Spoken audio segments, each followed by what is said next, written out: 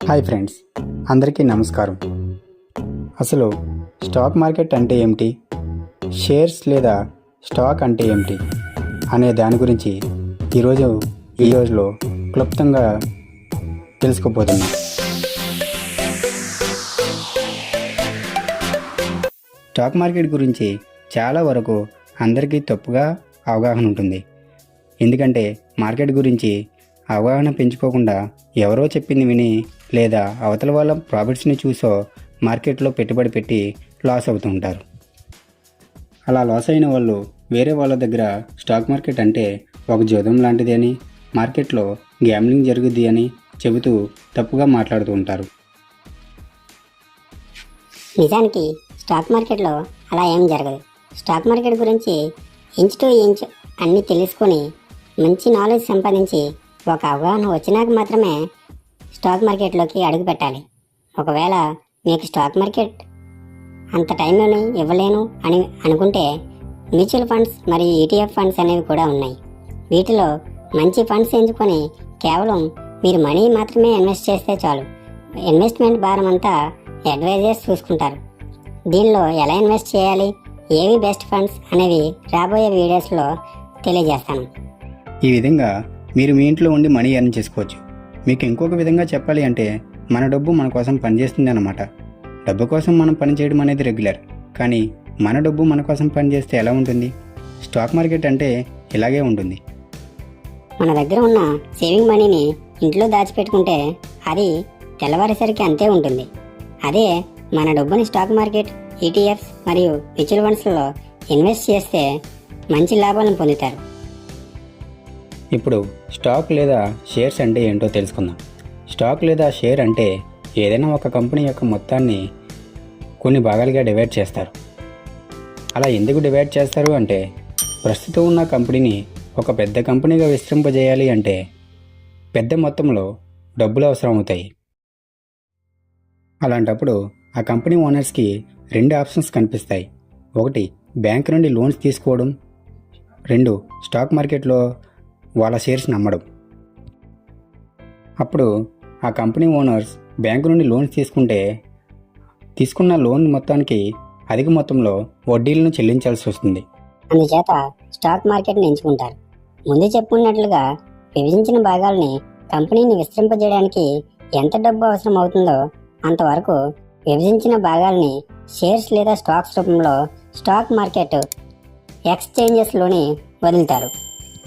అలా వదిలిన షేర్స్ని retailers, FII మరియు డిఐఐ కొనడం లేదా అమ్మడం అనేది జరుపుతారు. ఈ షేర్స్ అనేవి ఎలా ఫామ్ అవుతాయి అంటే, for example VSS finance company అనే ఒక కంపెనీ ఉంది. ఆ కంపెనీ విస్తరింపజేయడానికి ఫండ్ అవసరం అవుద్ది అనుకుందాం. అప్పుడు ఆ కంపెనీ ఓనర్స్ ప్రస్తుతం ఉన్న కంపెనీ యొక్క 1 crore రూపీ విలువ చేసే కొంత భాగాన్ని తీసుకుంటారు. అలా తీసుకున్న 1 crore రూపీ యొక్క భాగాన్ని 1,00,000 షేర్స్కి డివైడ్ చేస్తారు. అలా డివైడ్ చేశాక ఒక్కొక్క షేర్ వాల్యూ 100 రూపాయలు అవుతుంది. ఈ విధంగా కంపెనీ నుండి షేర్స్ డివైడ్ అవుతాయి. ఫర్ ఎగ్జాంపుల్ షేర్ వాల్యూ 100 రూపాయల దగ్గర 1000 రూపాయలు ఇన్వెస్ట్ చేశామే అనుకుందాం. అలా ఇన్వెస్ట్ చేసిన 1000 రూపాయలకి 10 షేర్లు పొందుతాం. అలా 100 రూపాయలు ఉన్న షేర్ వాల్యూ కంపెనీ గ్రోత్ పెరిగే కొద్దీ 50 రూపాయలు పెరిగి 150 రూపాయలు అవుతుంది. అలా మనం పొందిన 10 షేర్లకి 500 ప్రాఫిట్ వస్తుంది. ఈ విధంగా ఏదైనా కంపెనీ యొక్క షేర్స్ కొన్నప్పుడు ఆ కంపెనీ యొక్క లాభ నష్టాల్లో మనం కూడా భాగస్వామ్యం అవుతాం.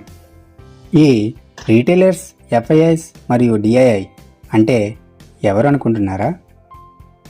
ఈ ముగ్గురు గురించి మనం ఫ్లో చార్ట్ రూపంలో తెలుసుకునే ప్రయత్నం చేద్దాం. ఫర్ ఎగ్జాంపుల్ ఏ అనే ఒక కంపెనీ ఉంది. ఆ కంపెనీ షేర్స్ని విడుదల చేస్తుంది.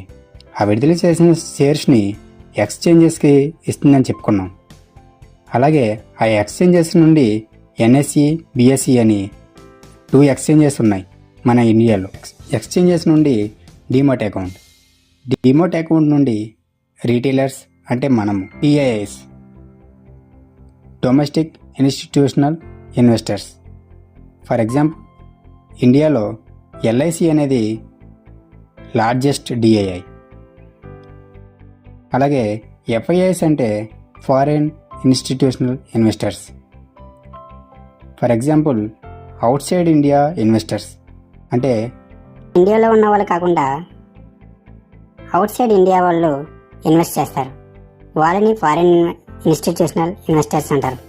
ఇప్పుడు స్టాక్ ఎక్స్చేంజెస్ గురించి తెలుసుకుందాం. మన ఇండియాలో స్టాక్ ఎక్స్చేంజెస్ అనేవి 2 ఉన్నాయి.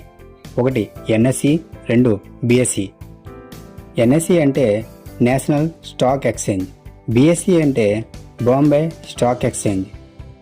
ఈ ఎన్ఎస్సి మరియు బిఎస్సి నుండి షేర్స్ కొనడం లేదా అమ్మడం జరపాలి అంటే డీమాట్ అకౌంట్ అవసరమవుతుంది.